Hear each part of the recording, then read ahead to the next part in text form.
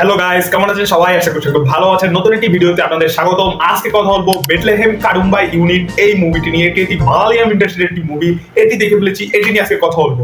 তো guys, Bethlehem কাডুম্বা unit এই নামটি সঠিক উচ্চারণ করতে পেরেছি কিনা জানি না ভাই, কিন্তু এই মুভির যে ধরো এটা একটা মালায়ালাম ইন্ডাস্ট্রির মুভি, তাই এটার নামও একটু বড় এবং তোমার এটা উচ্চারণ করতে ভাই অনেক কষ্ট। তো এই মুভিটি ভাই যে দেখে কি বলবো ভাই, যে কন্টেন্ট ইজ দ্য কিং ভাই এই মুভি তোমার।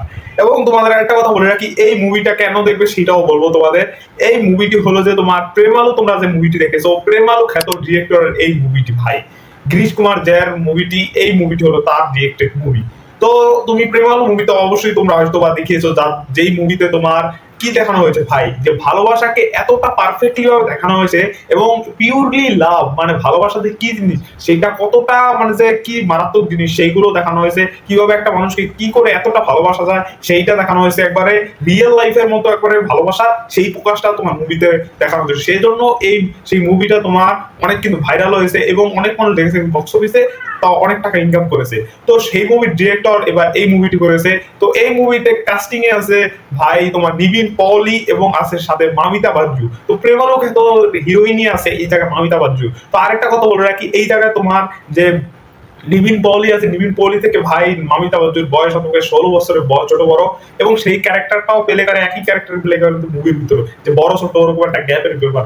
এবং এই জায়গায় মুভির কাহিনীর কথা বলতে গেলে, যে নায়ক যে থেকে থাকে তার ধরো এরকম যে ভালোবাসার উপর বিশ্বাস উঠে গেছে এবং সে পুরো গুন্ডার মতো থাকে, ওরকম একটা ব্যাপার, মানে সবাইকে মারে, এলাকার দাদা বলতে গেলে ওরকম একটা বিষয়।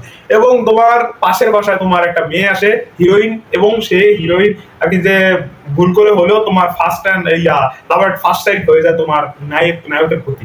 তোমার সে বয়সের বড়, তারপরও তার প্রেমে পড়ে যায় এবং তাকে ভালোবাসার জন্য সে সবকিছু করতে পারে এবং সে সবাই সাথে মায়ের করতে পারে মেয়েটা, এরকম একটা দেখানো হয়। তো এই জায়গায় তোমার বয়সে বড় হলেও তোমার এই জায়গায় কিন্তু ভালোবাসার যে অ্যাঙ্গেলটা দেখানো হয়েছে সেটা কিন্তু প্রেমালুর থেকে বেটার দেখানো হয়েছে। এবং মুভিটাতে কতটা সফট ভাবে দেখানো হয়েছে যেটা তুমি বিশ্বাস করতে পারবে না যদি মুভিটা না দেখো। আরেকটা কথা বলে রাখি, এই মুভিটা তোমার একবারে রিয়েল লাইফের মতো ভাই, যে যেরকম রিয়েল লাইফ হবে যে প্রেমালু ভাই, কেন হবে না, কারণ এই জায়গায় প্রেমালু ডিরেক্টর মুভি ডিরেক্ট করেছে। তো এই জায়গায় কাহিনীর মোটামুটি যেটা দেখানো হয়েছে ভাই, যেটা বললাম তোমাদের, যে ভালোবাসার লাভ এট ফার্স্ট সাইট, তারপর শেষ হতে হতে তোমার এবং এই জায়গায় অনেক কিছু চলে আসে, যেরকম ফাইট সিন এবং গ্যাং ওয়ার, তারপর কান্তারা স্টাইলের কিছু সিন আছে সেইগুলো চলে আসে। তো সব মিলিয়ে একটা pure love story drama film বলতে পারো তুমি এই মুভিটি। তো এই মুভিটি একটা মালায়ালাম ইন্ডাস্ট্রির অন্যতম একটা সেরা মুভি এখন বলা যায় আমাদের।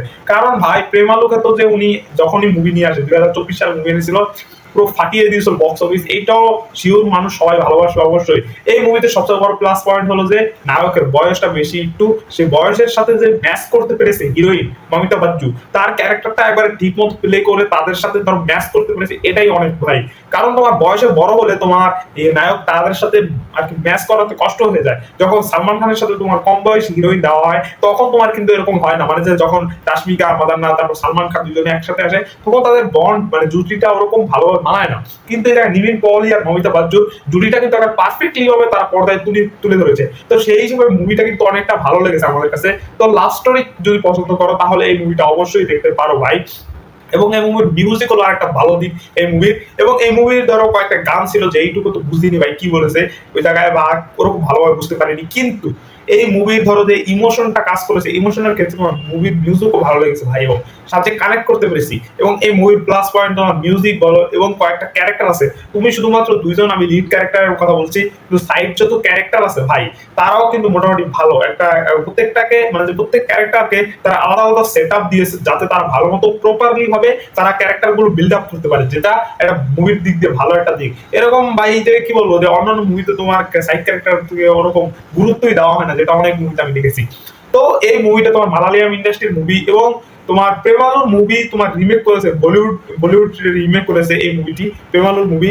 কিন্তু তোমার যে বলিউডে বর্তমানে তোমরা জানো যে এরকম লাভ স্টোরি সিনেমা কমই হয়ে থাকে। তো আমার মতে এই মুভিটাও তোমার অবশ্যই তোমার বলিউড হয়তো রিমেক করবে। যে এখন আমার কথা হলো ভাই, বলিউড থেকে তুমি এইসব মুভি আশা করতে পারো না, অবশ্যই মালায়ালাম ইন্ডাস্ট্রি এইসব মুভি দিতে পারো। এই জন্য আমি বেশিরভাগ সময় মালায়ালাম ইন্ডাস্ট্রি মুভিগুলো রিভিউ করি। তো অবশ্যই লাভ স্টোরি খ্যাত এবং পারফেক্ট এন্ডিং, পারফেক্ট ট্র্যাজেডি এবং গ্যামার সব মিলিয়ে তুমি যেটা খুঁজছো সেইটাই এই মুভিতে পাবে। যদি এরকম দেখাতে চাও যে এবার অ্যাবসলিউট সিনেমা দেখতে চাও তাহলে অবশ্যই এই মুভিটা দেখো। আজকে এই পর্যন্তই, সবাই ভালো থাকবে।